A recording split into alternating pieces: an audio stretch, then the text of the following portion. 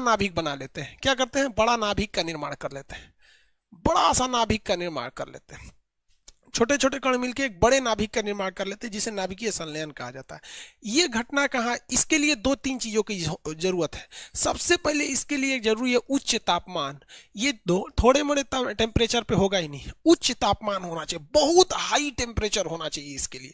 समझ में आ गया कि नहीं? ये कहाँ मिल जाते हैं ऐसा हाई टेम्परेचर? सन पर मिल जाते हैं, सूरज पे मिल जाता है। इसके अलावा कहाँ मिलते हैं ऐसा? हाइड्रोजन बम में मिल जाते हैं ऐसा, हाइड्रोजन बम में। हाइड्रोजन बम किसने बनाया था? आप खुद से कमेंट करके बताइएगा। हाइड्रोजन बम किसने बनाया था? हम छोड़ देंगे, हम इसको नहीं बताएंगे, क्योंकि कुछ चीजें आपको पता होनी चाहिए। नहीं बता पाएंगे तो हम तो बताएंगे ही, मजबूरी हो जाएगी तो फिर तो मजबूर हो जाएंगे, बताएंगे ही हम आपको। लेकिन ये चीज ध्यान रखिएगा। और उसके बाद एक और चीज इसमें खराबी होती है, ये अनकंट्रोलेबल होता है, अनकंट्रोल। इसे आप कभी भी कंट्रोल नहीं कर सकते, ये इसकी सबसे बड़ी खराबी है। इसलिए आप इसे पीसफुल वर्क के लिए यूज ही नहीं कर सकते। मतलब जैसे एटम बम का पीसफुल वर्क के लिए यूज कर सकते हैं। राजस्थान के कोटा शहर में बिजली बनाई जाती है, यूपी के नरौरा में बनाई जाती है, बुलंदशहर जिला में, या फिर आपके गुजरात के काकरापारा गुजरात में है आपका, फिर कर्नाटक के कैगा में है। ये सब चीजें हैं, बट इसको आप कंट्रोल नहीं कर सकते। अनियंत्रित होती है। कैसी होती है? अनियंत्रित, अनियंत्रित। और ये कैसी अभिक्रिया होती है? चेन रिएक्शन होता है। अनियंत्रित होती है, साथ ही साथ ये कैसा होता है? चेन रिएक्शन होता है, चेन रिएक्शन। अब चेन रिएक्शन मतलब एक से दूसरा, श्रृंखला अभिक्रिया, श्रृंखला श्रृंखला अभिक्रिया होता है, चेन रिएक्शन होता है।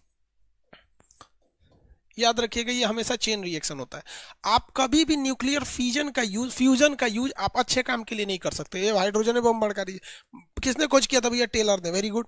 आधे लड़के ही जवाब देते हैं, अच्छा नहीं लगता है बहुत से लड़कों को जवाब। ये तो नॉर्मल चीज है ना यार, ये सब टीचर पढ़ाएगा आपको, ये सब चीजें आपको पता होनी चाहिए। एटम बम का खोज किसने किया था?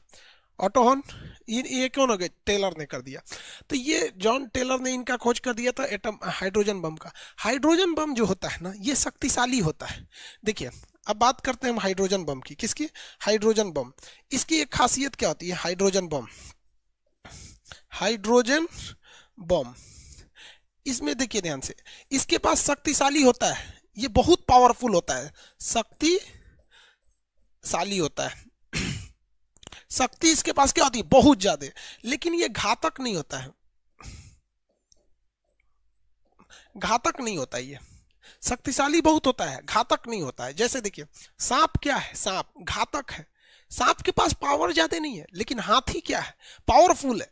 हाथी के पास पावर है, लेकिन हाथी खतरनाक नहीं होती। आपको दिखता है हाथी पागल हुई है, भाग जाओ यहाँ पे, मतलब समझिए जब तक पागल नहीं, हाथी के पास जहर वगैरह नहीं होता है। तो एटम बम, आप देखिए, हाइड्रोजन बम जो होता है उसके पास पावर ज्यादा होता है, सोचा पूरा जमीन हिला देता है, लेकिन उसके पास उतना खतरनाक नहीं होता है। इसलिए भारत जो है समझदारी दिखाते हुए केवल और केवल एटम बम रखा है, हाइड्रोजन बम नहीं रखा है। क्योंकि हम क्या करेंगे ऐसे बम का जो खतरनाक ही ना हो? बम हम शक्ति प्रदर्शन के लिए नहीं यूज करते, बम का प्रयोग हम इसलिए करते हैं ताकि वो घातक हो सके। इसलिए भारत समझदारी दिखाते हुए हाइड्रोजन बम का इस्तेमाल नहीं करता है, ना ही हमने उसे बनाया है। किसी को कोई दिक्कत है? हाँ भाई, वो हाँ ऑटोहन।